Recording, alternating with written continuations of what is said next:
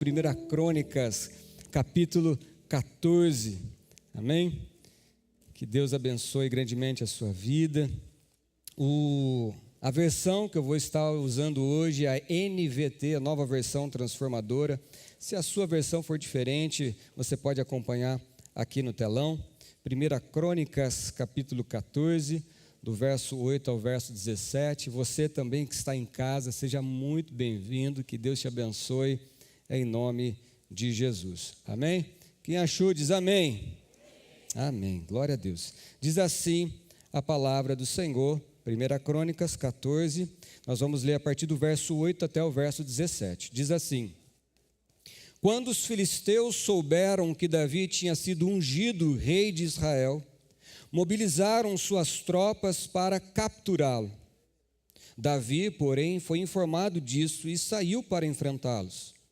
Os filisteus chegaram e invadiram o vale de Refaim. Então Davi perguntou a Deus: Devo sair e lutar contra os filisteus? Tu os entregarás em minhas mãos? O Senhor respondeu a Davi: Sim, vá, pois eu certamente os entregarei em suas mãos. Então Davi e seus soldados foram a Baal-Perazim e ali derrotaram os filisteus. Davi exclamou: Por meu intermédio, Deus irrompeu no meio dos meus inimigos como uma violenta inundação. Por isso chamou aquele lugar de Baal-Perazim. Os filisteus haviam deixado seus ídolos ali, e Davi ordenou que fossem queimados. Pouco tempo depois, os filisteus voltaram a invadir o vale. Mais uma vez, Davi consultou a Deus. Não os ataque pela frente, respondeu Deus. Em vez disso, dê a volta por trás deles e os ataque-os perto dos álamos. Quando ouvir um som como de pés marchando por cima dos álamos, saia e ataque. É o sinal de que Deus vai à sua frente para derrotar o exército filisteu. Davi fez como Deus ordenou e derrotou os filisteus por todo o caminho, desde Gibeon até Gezer. Assim, a fama de Davi se espalhou por toda parte, e o Senhor fez que todas as nações o temessem. Amém? Vamos orar. Querido Deus e Pai, nós te louvamos nessa noite, nós te agradecemos por essa oportunidade maravilhosa de estarmos na tua casa, de podermos cantar louvores, de adorarmos o teu santo nome, de poder entregar a ti, Senhor Deus, as nossas ofertas e os dízimos, de podermos celebrar mais um ano de vida que o Senhor concede aos nossos amados irmãos. E obrigado, Senhor Deus, por esse momento da palavra. Pedimos, Senhor Deus, encarecidamente que o Senhor venha falar conosco, que teu Espírito Santo ilumine a nossa mente, conceda-nos, ó Deus, entendimento, transforme o nosso viver e ajuda-nos, ó Deus, a vivermos uma vida totalmente dependente do Senhor. Assim nós oramos e te agradecemos em nome de Jesus. Amém. Pode se assentar, queridos, por gentileza. Existem alguns problemas na nossa vida que são consequências das nossas próprias escolhas. Quando nós vivemos de maneira imprudente, quando nós desobedecemos os princípios estabelecidos por Deus, quando fazemos aquilo que não deveríamos fazer, uma coisa é certa: um dia a conta chega. Tudo que o homem semear, isso também ceifará, colherá. E quando a conta chega, quando nós estamos vivendo uma vida assim, desenfreada, uma vida de pecado, quando um problema surge, a gente nem se pergunta: nossa, por que, Senhor, isso aconteceu comigo? Porque a gente sabe que um dia a conta vai chegar. Se eu gasto constantemente mais do que eu ganho, uma hora ou outra a gente sabe que isso vai dar ruim. Se eu não cuido bem do meu casamento, eu sei que é provável que eu venha ter problema nos meus relacionamentos. Se eu não cuido da minha saúde, uma hora essa conta também vai chegar.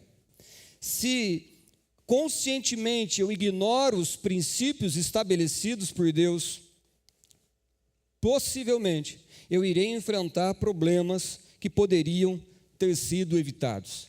E até aqui, nenhuma novidade. Isso é bem conhecido de todos nós. Mas existe uma situação muito mais difícil de entender. É quando nós estamos procurando fazer tudo que é certo. Nós estamos buscando a palavra de Deus, estamos buscando viver de acordo com a vontade soberana do Senhor. A gente vem para a igreja, a gente busca o Senhor em oração, a gente clama a Deus, tenta viver segundo a vontade de Deus, e mesmo assim, um problema aparece. É aí que surge aquela pergunta: mas Senhor, eu estou fazendo tudo certo. Senhor, logo agora que eu estou entregando a minha vida, eu estou consagrando a minha vida, eu estou procurando fazer a Tua vontade, bem agora, essas coisas estão acontecendo conosco e a gente começa a questionar, a gente começa a duvidar. E a história que vamos estudar hoje começa exatamente no momento assim. Davi estava vivendo um período muito importante da sua história. Durante anos da sua vida, ele estava esperando pelo cumprimento da promessa de Deus. Nós sabemos que ainda quando jovem, ele fora ungido por Deus, ali por Samuel, mas depois desse período, depois ali da vitória sobre Golias, logo depois dele também obter algumas vitórias com Israel, a gente vê uma forte perseguição que Davi começa a enfrentar na sua vida. Ele precisou fugir, passou por momentos difíceis, houve momentos em que a sua própria vida estava por um fio, mas finalmente, aquilo que Deus havia prometido para a vida de Davi estava se cumprindo. Davi havia sido reconhecido como rei em Israel. E no início deste capítulo nós encontramos uma referência, uma afirmação muito importante. Você pode acompanhar comigo lá no versículo 2, que vai dizer o seguinte: e Davi compreendeu que o Senhor o havia confirmado como rei sobre Israel e exaltado o seu reino por causa do seu povo Israel. É importante ressaltar que Davi não tomou o seu trono por rebeldia. Nós conhecemos a história de Davi. Davi não estava ocupando o lugar que Deus não havia lhe dado. Davi não estava vivendo fora da vontade de Deus. O próprio Senhor o havia chamado e havia prometido que havia e cumpriu a que havia prometido, colocando ele como rei de Israel. Agora veja o que acontece logo no versículo de número 8. Diz o seguinte: quando os filisteus souberam que Davi tinha sido ungido rei de Israel, mobilizaram suas tropas para capturá-lo. Davi, porém, foi informado disso e saiu para enfrentá-los. Deus havia acabado de cumprir a promessa e estabelecido o reino de Davi. Depois de muitos anos de sofrimento, muitos anos de espera, Davi pôde cantar: agora chegou a minha vez. Mas logo após ter assumido o trono, no verso 8 vai dizer que os filisteus subiram contra Davi. E aqui eu destaco a primeira lição que nós temos nesse texto. Você que gosta de anotar, anote isso daqui. Primeira lição é: obstáculos surgem mesmo quando estamos no caminho certo. Eu vou repetir. Obstáculos surgem mesmo quando estamos no caminho certo. Davi estava exatamente onde Deus o havia colocado. Deus havia prometido que Davi seria rei. Deus havia preservado a vida de Davi. Deus havia confirmado o reinado de Davi. E exatamente naquele momento surge uma oposição. Veja que interessante. O obstáculo não apareceu porque Davi estava fora da vontade de Deus. O obstáculo apareceu quando Davi, estava vivendo aquilo que Deus havia determinado para a vida dele. Às vezes nós criamos uma expectativa equivocada em relação à vida cristã. Nós pensamos, agora que eu estou buscando a Deus, tudo vai melhorar. Agora que eu estou orando, não tereis mais problemas. Agora que eu estou obedecendo, as coisas vão começar a dar certo. Eu lembro que quando, na minha vida cristã, quando eu tomei a decisão de me batizar, eu fiquei doente, eu esqueci o nome do que eu peguei, eu lembro que é uma doença que você tem que ficar em isolamento, fiquei 4 dias internado, tive que tirar a líquor da coluna. Logo quando eu decidi me batizar, logo depois de eu entregar a minha vida para Jesus. E há uma visão equivocada, uma visão distorcida, de que quando nós buscarmos a Deus, alinharmos a nossa vida com a vontade de Deus, tudo vai dar certo, tudo vai sair como se fosse um mar de rosas. Mas isso é um equívoco, porque a Bíblia nunca prometeu a ausência de adversidades. É lógico que nós, ao obedecermos a Deus, nós iremos evitar inúmeros problemas. Tem sofrimento que é consequência da nossa imprudência. Tem problemas que nós mesmos criamos, mas nem toda adversidade é sinal de desobediência. O próprio Senhor Jesus Cristo diz que no mundo terei o quê? Aflições. O próprio Senhor Jesus afirmou isso. Normalmente, quando nos deparamos com algum problema em nossa vida, a primeira coisa que nós fazemos é uma autoavaliação. E a gente começa a se perguntar, nossa, será que eu estou fazendo algo errado? Será que algo que eu estou fazendo é algum pecado e Deus está me castigando? E nós começamos a nos autoavaliar. É assim ou não é? É assim ou não é? Normalmente comigo é assim. E segunda-feira eu estava conversando com um amigo meu aqui, fui buscar meu filho aqui no Jaime Kratz, e foi isso, justamente isso que ele falou.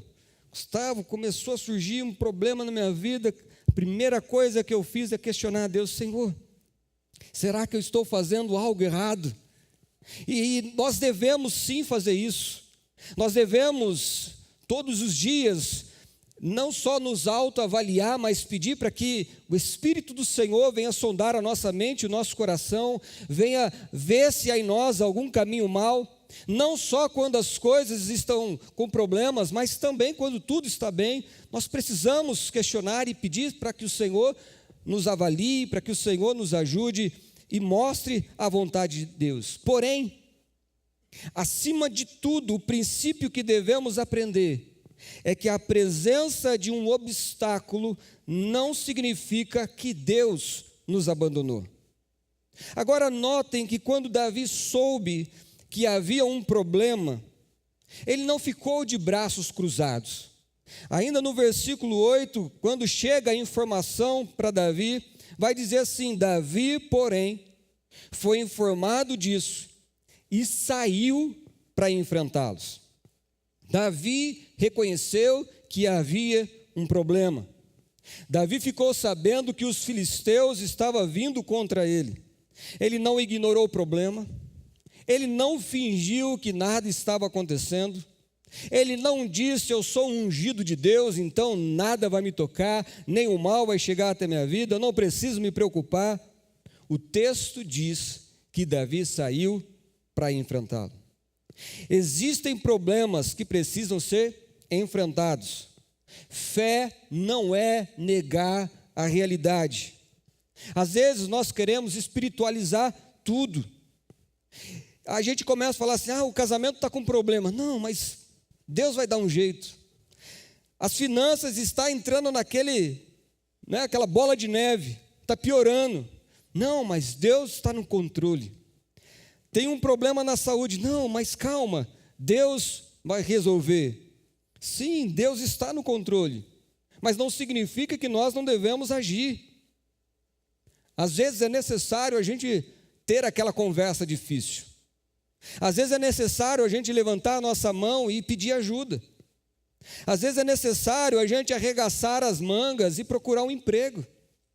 Às vezes é necessário a gente baixar o nosso padrão de vida, porque estamos gastando mais do que recebemos.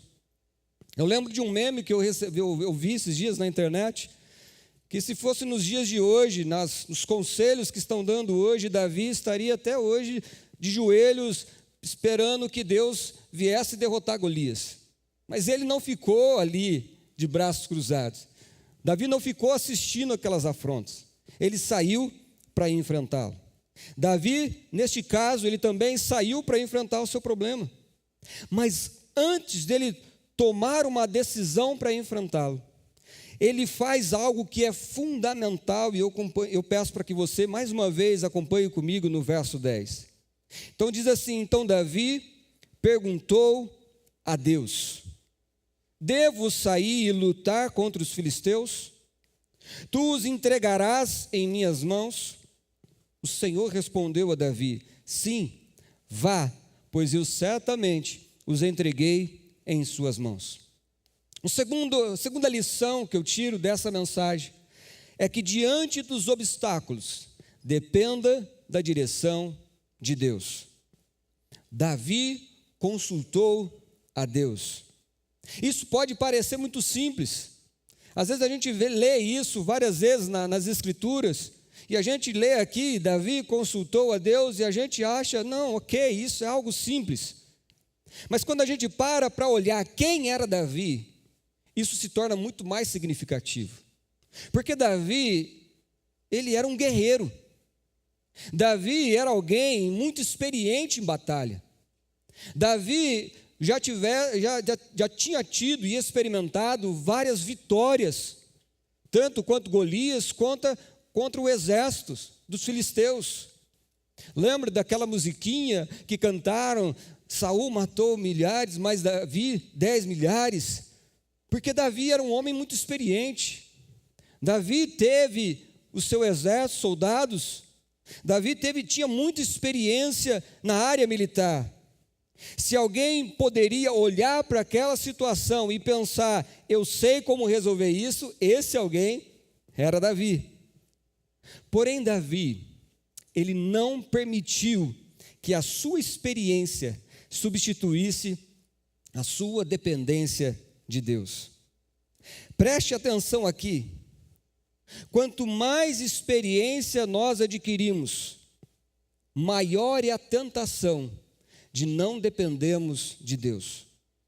No começo da nossa vida cristã, nós pedimos tudo, nós oramos sobre tudo, nós buscamos aconselhamento, nós procuramos pessoas para nos ajudar, nós temos medo de errar, mas com o passar do tempo, a gente vai pegando o jeitinho da coisa, e a gente vai se achando expert naqueles assuntos. E aí, quando algo aparece, a gente fala, não, eu já passei por isso. Isso eu já sei como eu tenho que resolver. Eu já sei o que eu tenho que fazer. Pode deixar, fica tranquilo. Queridos, isso pode acontecer no nosso casamento. Isso pode acontecer na criação dos nossos filhos. Isso pode acontecer num problema financeiro, num problema na empresa. Isso pode acontecer até mesmo no nosso ministério, na nossa vida cristã, na nossa liderança. A gente pode passar por certas situações e falar assim, não, calma, isso é tranquilo, isso eu já enfrentei, isso vai passar, eu sei qual é o método, eu sei qual que é a forma. Entenda uma coisa, irmãos, a experiência é uma bênção, mas se torna um perigo quando deixamos de depender de Deus. Davi era alguém experiente na batalha, mas sabe o que ele fez antes de guerrear? Davi perguntou antes de decidir: devo atacar os filisteus? Veja a postura de Davi, a humildade de Davi, a dependência de Davi. Ele não tomou uma decisão e depois pediu para que Deus o abençoasse. Primeiro, ele perguntou. Quantas vezes nós fazemos exatamente o contrário? Nós decidimos, nós organizamos, nós assinamos, nós casamos, separamos, nós fazemos várias coisas, saímos da igreja e depois a gente vai e pede: Senhor, abençoa. Quando queremos muito algo, ou quando a gente já acha que sabe o que é melhor, dificilmente a gente vai perguntar para Deus: Senhor, qual é a sua vontade? A gente evita esse tipo de pergunta porque a gente tem medo, muitas vezes, que a resposta seja não, que a resposta seja espera, que a resposta de Deus seja assim: opa, peraí, o caminho não é por aí. Consultar a Deus significa estar disposto não apenas a ouvir, mas obedecer a resposta de Deus. Amém, irmãos? Quem está entendendo? Você está comigo? Amém, queridos? Deus, Ele deu a direção a Davi. Nós vemos aqui ainda no verso 10, diz assim: o Senhor lhe respondeu: sim, vá, pois eu certamente o entregarei em suas mãos. Deus respondeu, e naquele momento, a resposta, a orientação de Deus é: vá, siga em frente. Davi então obedece a Deus e veja o que acontece no versículo 11.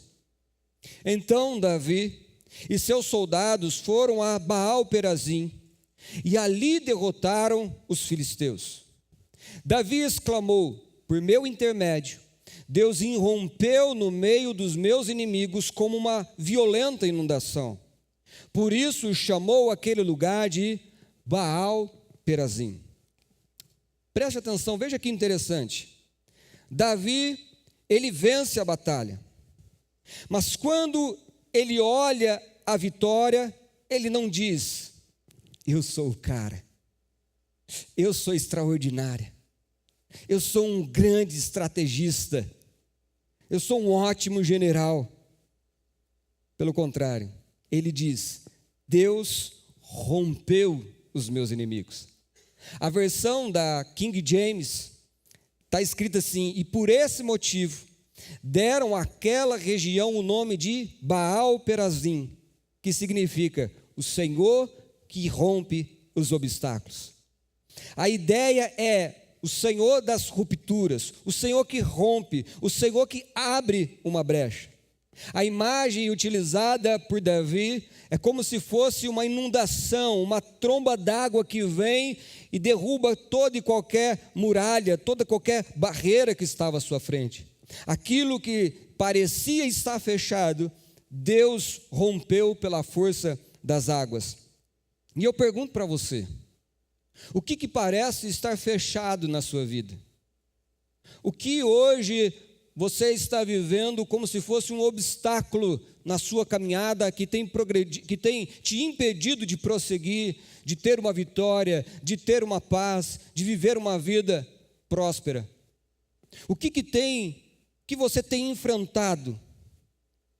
Eu não sei o que você tem enfrentado, mas uma coisa eu sei: o Senhor que rompe obstáculos, Ele está aqui nessa igreja. Amém, queridos? O Senhor que rompe obstáculos, Ele está aqui nessa noite. Agora, veja o que acontece no verso 12.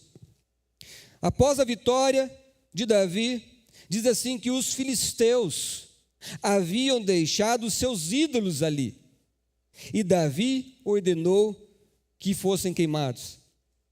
Os ídolos dos filisteus ficaram para trás.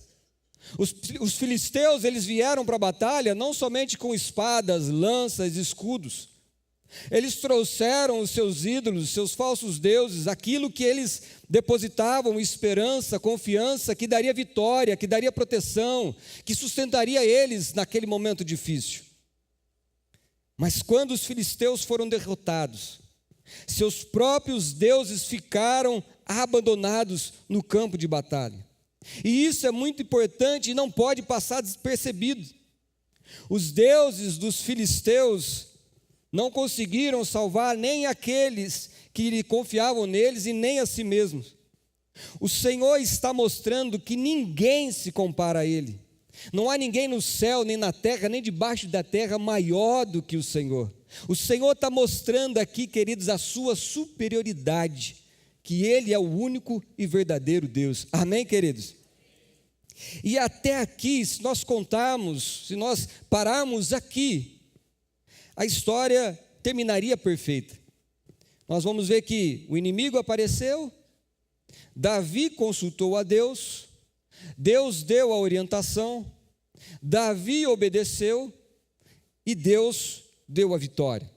Pronto, final, finishing, fim da história. Mas veja o que aconteceu pouco tempo depois do versículo 13. Verso 13 diz assim: pouco tempo depois, os filisteus voltaram a invadir o vale. Notem, o mesmo inimigo voltou pelo mesmo caminho, invadiu o mesmo vale. Quando Davi soube disso, quando chegou essa informação para Davi, quando Davi ele vai olhar a cena, ele fala assim, ele olha para aquela cena e parece assim: será que eu estou tendo um déjà vu? Parece que eu já vivi isso aí pouco tempo antes. Parece que eu já vi essa cena. E diante disso, Davi poderia ter pensado: bem, Deus já tinha me dado a vitória sobre esse inimigo, dará mais uma vez. Já venci eles uma vez, vou vencer outra. Eu usei aquela estratégia, vou usar a mesma novamente. Ele poderia ter pensado assim, sim ou não? Poderia, mas aqui está. E aqui, ao meu ver, esse é o ponto mais alto da história, uma das principais lições dessa mensagem. Veja o que Davi fez no versículo seguinte. Verso 14, a parte A diz: mais uma vez, Davi consultou a Deus. Mais uma vez, Davi consultou a Deus. Ele já havia consultado, Deus já havia respondido, ele já havia recebido a estratégia havia funcionado, ele já tinha uma vitória recente como referência, mas mesmo assim, Davi consultou a Deus mais uma vez. E o que nós aprendemos de tão precioso aqui, meus irmãos? A experiência de ontem não substitui a nossa dependência de hoje. Ontem, Deus falou, glória a Deus. Ontem, Deus abriu uma porta, glória a Deus. Ontem, Deus me mostrou o caminho, louvado seja Deus. Mas hoje é outro dia, irmãos. Existe um perigo muito grande na vida cristã, é transformar as experiências com Deus em fórmulas. Da última vez funcionou assim, na outra igreja fizemos assim, quando passei por isso eu resolvi assim. Mas existe uma grande diferença entre aprender com o passado e ficar preso ao passado. O que Deus fez ontem deve sim fortalecer a nossa fé, mas nunca substituir a nossa busca por Ele hoje. Agora veja que interessante, o problema era parecido, mas a orientação que Deus dá é totalmente diferente. No verso 14, lendo ele completo, diz assim: mais uma vez, Davi consultou a Deus. Agora olha a resposta de Deus: não os ataque pela frente, respondeu Deus. Em vez disso, dê a volta por trás deles e ataque-os perto dos álamos. Na primeira batalha, Deus disse: vá. Na segunda batalha, não ataque pela frente. O inimigo era o mesmo, o vale era o mesmo, Davi era o mesmo, o exército provavelmente era semelhante, Deus era o mesmo, mas agora a estratégia mudou. E o que nós aprendemos com isso? Deus não muda, mas Ele faz o que Ele quer, conforme Ele quer. Amém, igreja? Nós não podemos colocar Deus numa caixa e falar assim, é assim que tem que ser, é assim que o Senhor operou ontem, é assim que o Senhor vai operar hoje. Deixa eu perguntar aqui, quem já foi de outra igreja, sem ser da Comunidade da Esperança? Quem que já foi membro de outra igreja? Quantas pessoas? Querido, deixa eu falar uma coisa para você. Não é porque você teve experiências na outra igreja que você vai ter a mesma experiência aqui. Não é porque Deus te usou de tal maneira, em tal ministério, em tal função na outra igreja, que você vai ter que fazer a mesma coisa aqui. Nós não podemos criar a expectativa de que, não, é assim que Deus me usa, é assim que Deus faz. Ele faz o que Ele quer. Amém, queridos? E nós temos que estar sensíveis e dependentes de Deus para ouvir a sua voz e falar: Senhor, eu não sei o que o Senhor quer, eu não sei o que o Senhor espera, mas eis-me aqui. Amém, igreja? Glória a Deus. O que devemos é aprender, é depender de Deus e estar disposto a fazer do jeito dele e não do nosso. Além da estratégia ter mudado, Davi agora teria que esperar o sinal de Deus. Olha o verso 15. Quando ouvir o som como pés marchando por cima dos álamos, saia e ataque. É o sinal de que Deus vai à sua frente para derrotar o exército filisteu. Agora Davi precisaria esperar o sinal de Deus. Davi deveria dar a volta, Davi deveria posicionar-se, e Davi teria que esperar até que ouvir o sinal de Deus, e aí sim avançar. Talvez uma das coisas mais difíceis para nós seja essa: esperar até Deus mandar avançar. Às vezes nós estamos prontos, às vezes nós temos recursos, temos experiência, temos vontade, mas ainda não é a hora. Dependência de Deus não é apenas perguntar para onde eu devo ir, é também respeitar o tempo de avançar. Davi fez exatamente o que Deus ordenou. Verso de número 16 diz: Davi fez como Deus ordenou e derrotou os filisteus por todo o caminho, desde Gibeon até Gézer. Primeira batalha, o obstáculo aparece, Davi consulta, Deus orienta, Davi obedece, Deus concede a vitória. Segunda batalha, o obstáculo volta, Davi consulta novamente, Deus dá a direção, uma direção diferente, Davi obedece, Deus concede a vitória novamente. Qual era o segredo de Davi? Não era possuir uma estratégia invencível, não era a sua experiência, não era o seu exército, não era a sua capacidade, era a sua dependência em Deus. É possível que Davi tenha se perguntado: mas Senhor, por que tanta luta, por que tantos obstáculos? Por que esse mesmo inimigo volta a me atacar novamente?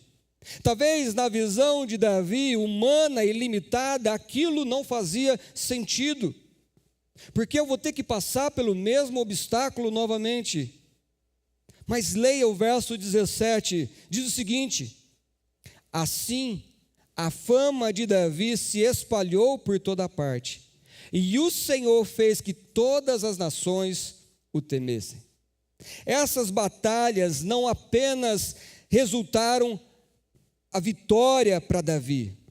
O próprio texto mostra que Deus usou as vitórias para ampliar a fama de Davi e produzir temor em outras nações. Nós podemos imaginar, ao ouvirem falar das sucessivas vitórias de Davi, e perguntarem assim: da onde vem tanta vitória? Como que esse Davi consegue tanto êxito? e a própria narrativa já nos mostrou, é porque Deus ia à frente dele.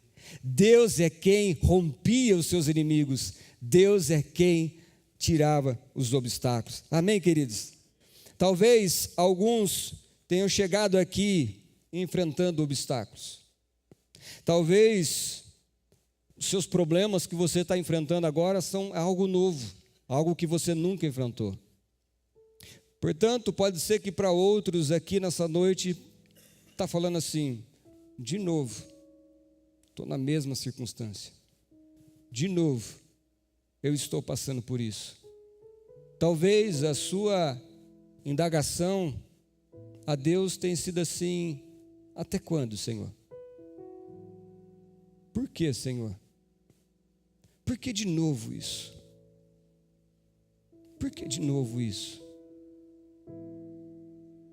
Por que eu não rompo como outras pessoas? Por que eu não consigo ter uma vida feliz, vitoriosa como outras pessoas? E a nossa pergunta está, por que, Senhor, voltou isso aqui? O que essa passagem nos ensina? Em primeiro lugar, a não interpretar todo obstáculo como um sinal de que você está fora da vontade de Deus. Davi estava exatamente onde Deus o havia colocado. E os filisteus apareceram de novo.